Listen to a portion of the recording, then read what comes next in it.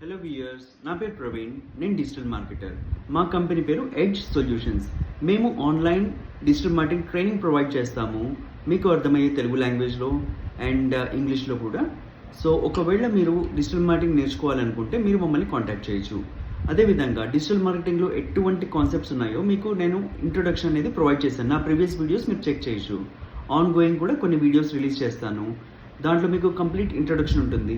ఏ విధంగా మనము సబ్జెక్ట్ని అర్థం చేసుకోవచ్చు, ఏ విధంగా మనకు ఉపయోగపడుతుంది, ఇలాంటి కంప్లీట్ నాలెడ్జ్ మీకు ప్రొవైడ్ చేస్తున్నాము.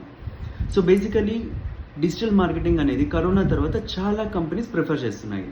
ఎందుకోసం డిజిటల్ మార్కెటింగ్ అనేది ఇంపార్టెంట్?